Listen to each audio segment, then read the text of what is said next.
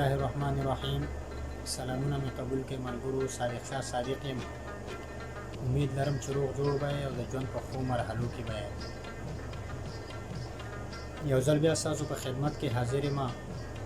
یو دوه غزلې تاسو ته دې ډالۍ وي چې امید لرم چې ستاسو به خوښ شي. غزل دی چې خاموشي مې ملګرتیا کوي لګیا ده، خاموشي مې ملګرتیا کوي لګیا ده، حوصله مې ورته سا کوي لګیا ده. او زه په دوو سترګو دا ټوله دنیا ګورم، زه په دوو سترګو دا ټوله دنیا ګورم، دنیا ټوله ناروا کوي لګیا ده. او چې په پوزه د لونګو نه بوی اخلي، چې په پوزه د لونګو نه بوی اخلي، اننګي ورته رڼا کوي لګیا ده. او آینې ته مخامخ د ځان ته خاندي، آینې ته مخامخ د ځان ته خاندي، لیونی د ځان غلا کوي لګیا ده. او هره ورځ یو حادثې سره مخ کیږي، هره ورځ یو حادثې سره مخ کیږي، هره ورځ ځان ته دعا کوي لګیا ده. هره ورځ یو حادثې سره مخ کیږي، هره ورځ ځان ته دعا کوي لګیا ده. او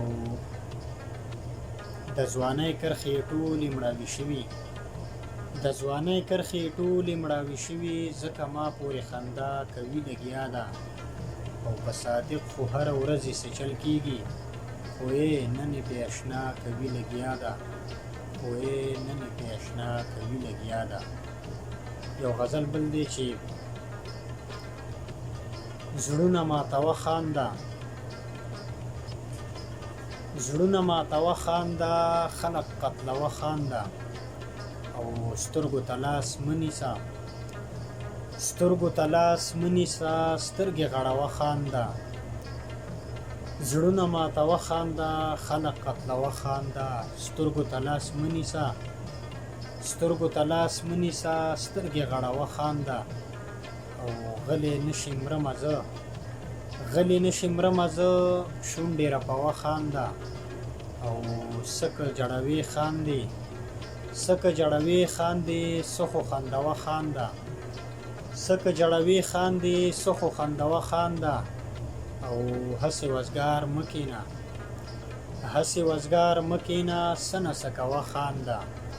هسې وزګار مه کینه، سنه سکوه خانده. او سل د ملاجان فتوی، سل د ملاجان فتوی، سل پې یروه خانده.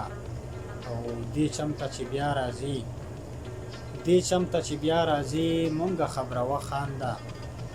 دې چمته چې بیا راځي، مونږه خبروه خانده.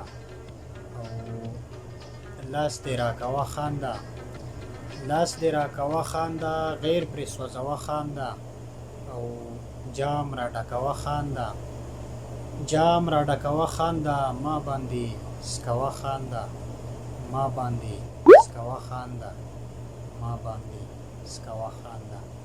د راتلونکي پروګرام پورې په لوی الله سپارم.